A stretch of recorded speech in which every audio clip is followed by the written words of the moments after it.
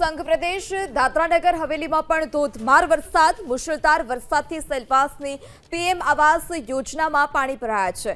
આવાસ યોજનામાં ગોઠણસામાં પાણી ભરાતા લોકો હેરાન પરેશાન।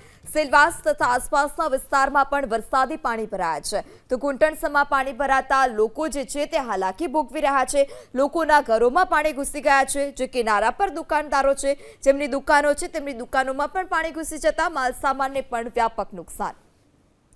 વધુ માહિતી સાથે સંવાદદાતા બ્રિજેશ ફોન લાઈનથી જોડાયા છે।